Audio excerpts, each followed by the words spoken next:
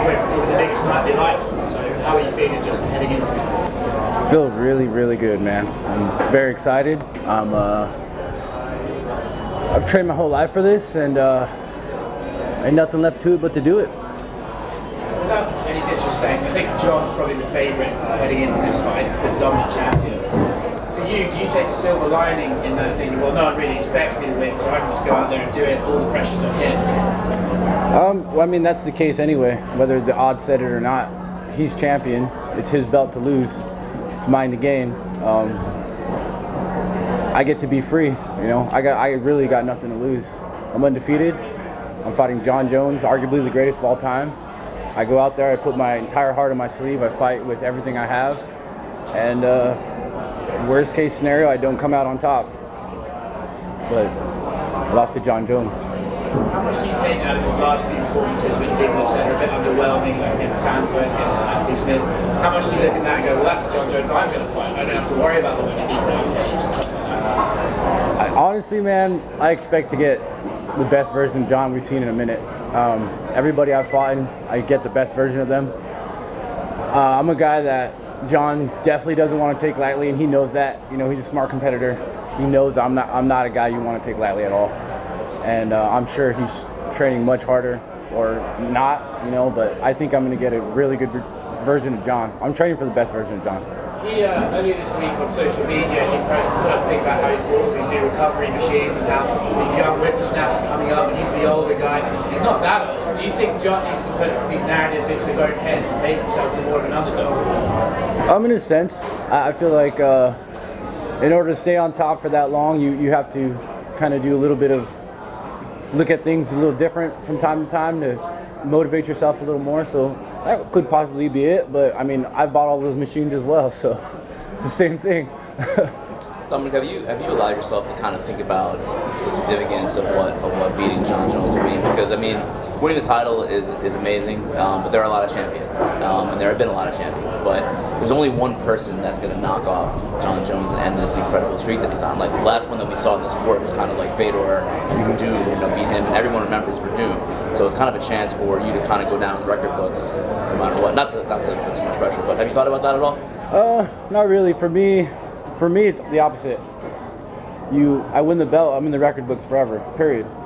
I beat Jon, it's a cherry on top. Now it's like creeping into like legendary status, you know what I'm saying? But that's just a nice little cherry on top for me. For me, winning the belt is everything. You know, having that gold wrapped around your shoulder it's got that nice weight to it, you know? Before the fight was booked, some of his messaging on social media was interesting. He was saying things like, "Oh, I'm bored. I want a new challenge," and then it seemed like he almost kind of perked up when you started to talk trash to him on Twitter. Was that like part of your strategy? And what do you think about his mindset as far as like, do you think he's bored? Do you think that was true? I don't know what the guy's thinking, man. I only know what I'm thinking. And yeah, he was stating that he wanted, somebody to get him excited about the fight. So okay, I'll oblige. Said a little bit of trash talk, whatever I got to do to get my shot. I got my shot. But I'm here to fight, It's not about the trash talk. I mean, I'm not the best trash talker in the world. I mean, we know this. I'm a competitor. I was raised in the world of sportsmanship, team sports. Being a good sport, act like you've been here before. Work hard. You don't have to say something. Show them. You don't have to talk all this crazy talk. Show them what you got. And that's who I am and what I'm about. This whole trash talk thing is kind of new to me, but it's not really trash talk for me. It's just me responding to things he's saying. It's like I'm not going to just let you say whatever you want about me or to me. I'm a man. I'm not going to just accept this. But that's where I am with that. I got my shot, so I'm here to make the most of it. You seemed to hold your own in that press conference with him in Vegas. Yeah, I wasn't intimidated at all. It was interesting in the face-off. That's the first time I ever met Jon in my life. Ever came face to him or even near him. And we were face to face, and my heart rate didn't raise at all. I felt at home. I was like, this is it. This is Jon Jones. The lure of Jon Jones is a lot bigger than he actually is. Do you think that's why other people have lost to him, that they've been sort of overwhelmed by the idea of Jon more so than the athlete? I do. I absolutely do think that. It's easy to fall into that. You know, there's every single person is trying to tell you that. Oh my God, you're fighting Jon Jones. Like, what are you gonna do? Like, I'm gonna fight. I'm gonna do what I'm great at. I'm gonna do what I love doing, and that's just what I'm gonna do. People think it's a lot more. You know, it's still a fight. It's just a fight. But everybody's like, it's Jon Jones. He's 6'9". His wingspan's 7 foot. It is, you know. But it's just, man. And yet people say, though, after the fact, after losing to him, they're like, yeah, it was different. And I did feel different in there. And once you let him start to dictate where it's going, you can see you're going to lose, right? So what have you learned by watching other people try and fail? Fight your fight. Don't let him fight your fight for you. Don't let him get in your mind. Don't let him say, oh, we're going to go easy, man. We're going to start off easy, blah, blah, blah. And then he just changes up the tempo and starts doing this, starts doing that. And he lulls people into a false sense of security, I believe. In all his fights, he starts pretty slow on purpose. You know, in the first round, he kind of feels them out and lulls you into this is what Jon Jones is. And then he changes the speed, he changes the fight. And he controls the center of the octagon. I mean, there's so many things that he does that are small nuances to the game. And I see him. You know, I'm I'm ready. I'm ready. You said it was when you expected when you faced off with him. So what were your expectations? Do you think like that Jon Jones, like, oh my God, it's Jon Jones, like I thought he was gonna be glowing or some shit. Like, like I don't know, man. Like my whole life I grew up watching this guy and exuding all this different kinds of energies. And when I saw him in person and when I faced off and I was this far away from him, I was like, this guy's just a man with very many insecurities. I can see it all over him. What kind of insecurities?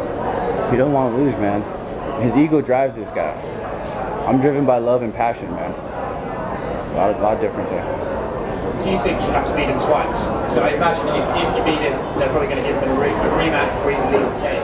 I hope to fight him twice. Second time, I'll be champ. So good for me. Dominick, you talked about, for a long time, football was your focus. He's been champion now, roughly a decade. Do you remember the first time that you heard about Jon Jones?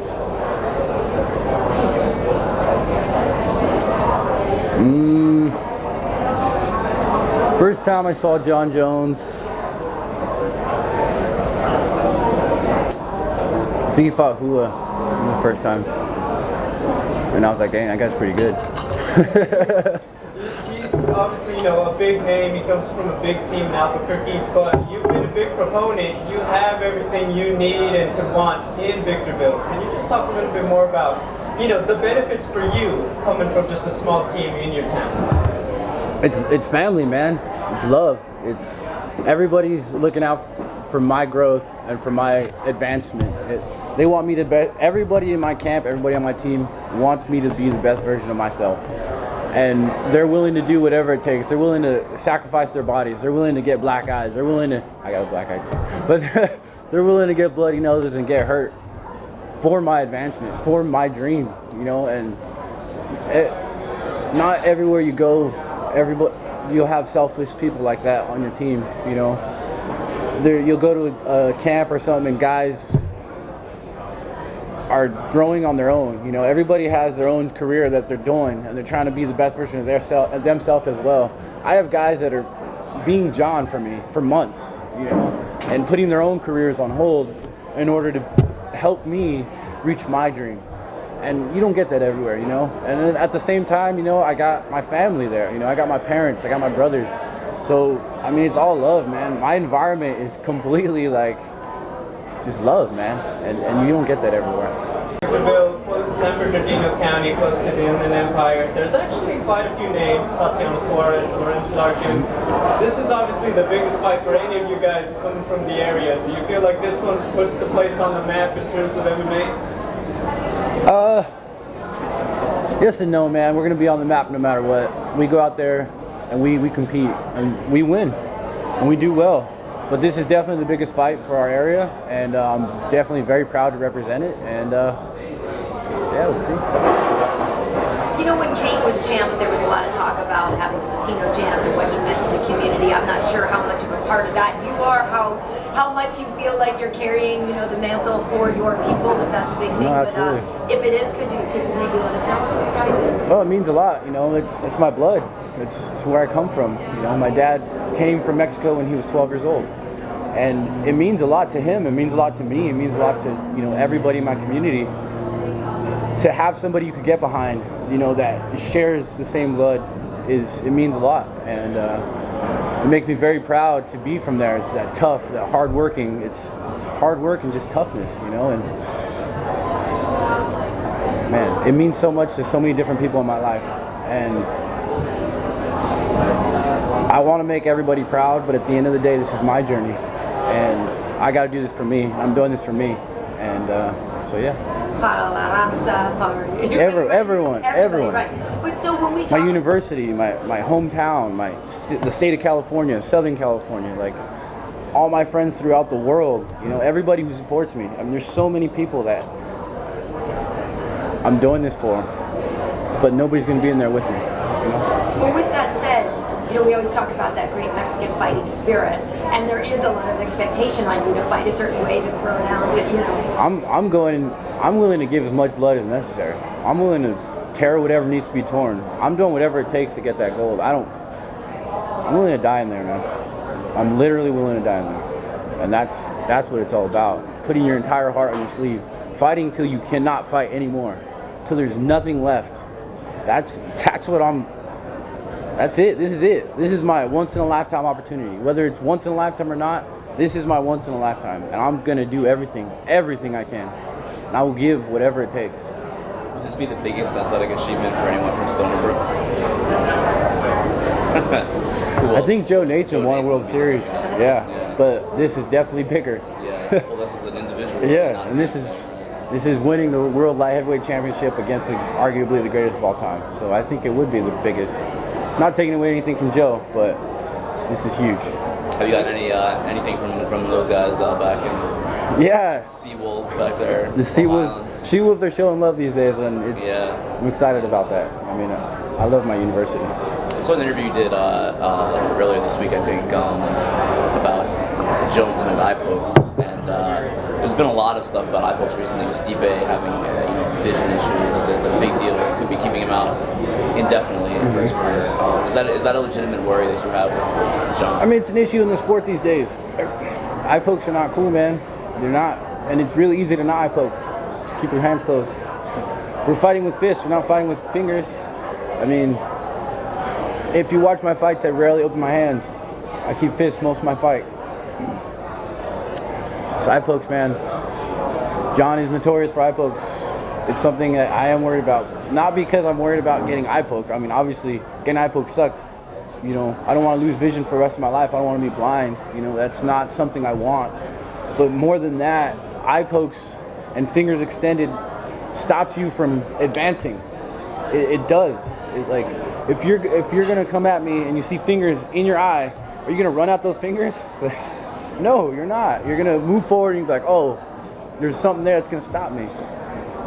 If he does it, I'm probably still gonna run into it anyway because I don't care. But it's serious. It's in MMA. It's something that we need to start taking more seriously. When guys get eye poked, it does affect the fight, and we're not taking points. You know, we're just like, we're giving warnings. There's actually I've heard legitimate conversations of camps saying, listen, man, you get one. You get one. Like, if it's not going your way, you get one. Like, we're accepting a culture of cheating. You know, we're accepting bending of the rules. Like, I know the refs and the judges. I mean, the refs don't want to be the ones to like have a great ref. You never have to see him. He never has to say anything. You know, but when it's actually affecting fights and lives like this, man, like, you gotta do something about it, man. These points need to start be taken. Like, this whole you get one culture needs to stop. You know, we gotta do something about this. Do you think when he does it's intentional? I don't know, man. I can't speak on that, but I don't know. A lot of your fights finished really quickly, which doesn't give people a chance to get tape on you. And that's kind of what Jon did at the beginning, which was really hard to beat him. He didn't know how to beat him. The fight with Volkan was close, and a lot of people thought Volkan won that one. What do you take away from that fight, and do you think like maybe that's the one where people can learn how to fight you? That was my worst performance of my career. Like, if you want to take that, that's cool. I mean, take it. But I've completely evolved as a fighter. I switched camps for that fight. I went to Colorado for that whole camp, and things didn't exactly go my way. But I learned that I could fight through adversity. I mean, he broke my nose in the first round in 4 different places with one punch. Like, I was inhaling blood the whole fight. Like, so my cardio went, but my heart didn't. I have heart. I'm gonna fight. I'm gonna fight, man. I learned a lot about myself in terms of my toughness. I'd gone pretty much my entire career up to that point without being hit. Like, it's pretty crazy. Like, I made it into the UFC, and I was fighting Volkan Oezdemir, and I haven't really been hit up to that point. And I always had a question in the back of my mind, like, can I take a punch? Like, I don't know if I could take a punch. Can I take a punch? And that fight answered those questions for me. I could definitely take a punch. And that made me like, all right, I could be champion. Because in order to be champion, you have to be able to take a punch. You're not going to fight a championship fight and not get hit. Like, so that made me realize, yeah, I can be champion. I have the skills, I have the speed, I have the power, I have the movement, I have the IQ. I enjoy it, I love it, but can I take a punch? And I definitely can take a punch, and I'm ready to take this championship, man. Dom, I know you're a Laker fan, you're a Southern California kid. Do you have any thoughts that you want to share about what happened this past weekend? Tragic, man. It was absolutely heartbreaking for me and for most of the world, and prayers go out to, Kobe and his late wife, his wife, Vanessa, and man, I can't imagine what she's going through. Losing a daughter and a husband in one swoop,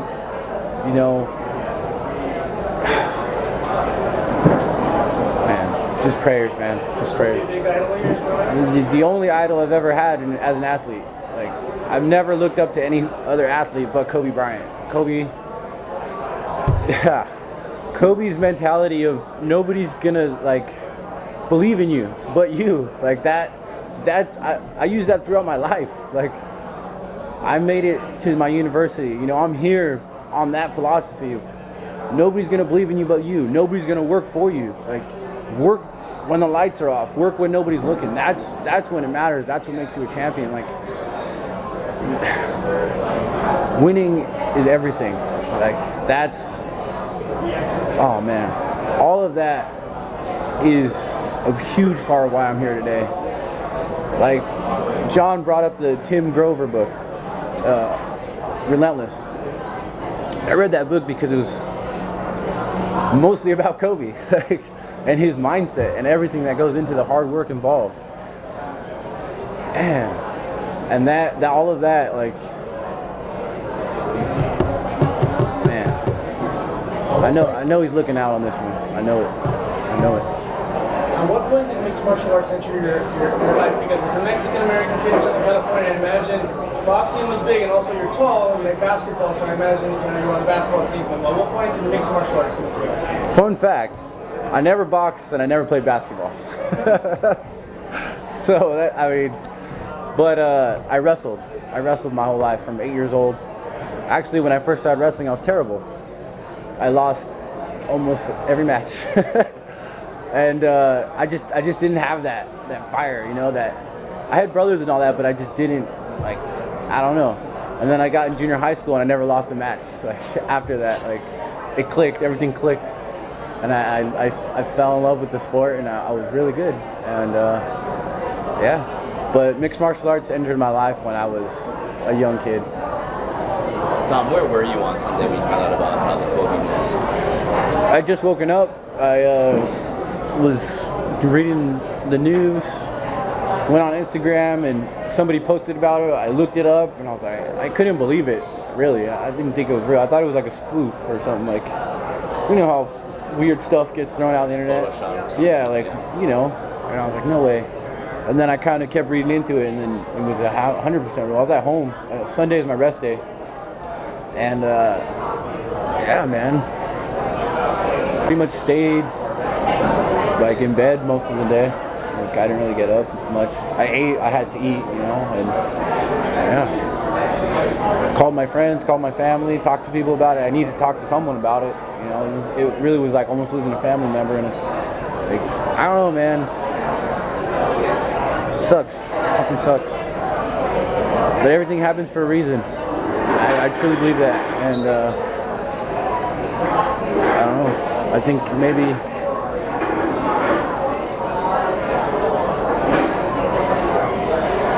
I don't know, man. I got nothing on it. Did you go to a lot of games at Staples in New York? I never went to any games, man. We could never afford it. Like, my family wasn't the wealthiest, and we have 4 boys. It's hard to get to Laker games, especially during the Kobe era at very expensive tickets. But I watched almost every game he played, and it wasn't really about the games he played. It was about the man he was more than anything. I mean, he was amazing. His last game, so many moments. He could go on all day about this. But Kobe's the man. He's a man. It's that simple. I would always get the Jordan-Kobe debate was very common in my university, and I would go aggressively, very aggressive. Yeah. A lot of athletes have kind of done their own honor and homage to Kobe over the last week. Anything planned for next week in Houston to rep SoCal, to rep Kobe? I mean, I'd like to wear his jersey throughout the week, but I don't know if Reebok would be very excited about that. I don't know. We'll see. Definitely win this belt. He's definitely in my heart. He's definitely on my mind. You think the 49ers or the Chiefs? See, that's the question now, isn't it? Yeah. I'm going to have to go with the Niners, just because I'm a defensive guy myself. And their defense is something, man. When you're clicking like that on defense and you're just attacking, you're just a bunch of wild animals. It's just like, that brings the whole team up. That is so contagious. And when the offense knows they have a bunch of dogs that are just hungry and rabies and going crazy, man, it gets me excited, man. It reminds me of my old squad. You know, we were a very good defense, and you can see the love they have for each other. And I'm gonna have to go with the Niners. Mahomes is no joke? No, I'm not debating that at all. Mahomes is a freaking animal. It's unbelievable how composed that kid is. I mean, and then Tyreek and the whole offense, and you let those guys get a little spark and they're creating a bushfire, man. It's not good. You know, it's interesting though, obviously if you become the champion, like you're going to be rubbing shoulders with these guys. Those are your peers in a way now, right? Winners and ring holders and stuff like that. Yeah. I mean, have you really considered they always say that your life will change, right? Like, do you really understand how much you could? I understand it. I do. But I don't like to look at things that haven't happened yet. You know, I could kind of a little bit mentally prepare for it, but in my mind, being a champion isn't just winning one fight. You know, you're a champion by who you are, your character, and how you live your life and what you do. It's not just an overnight kind of thing.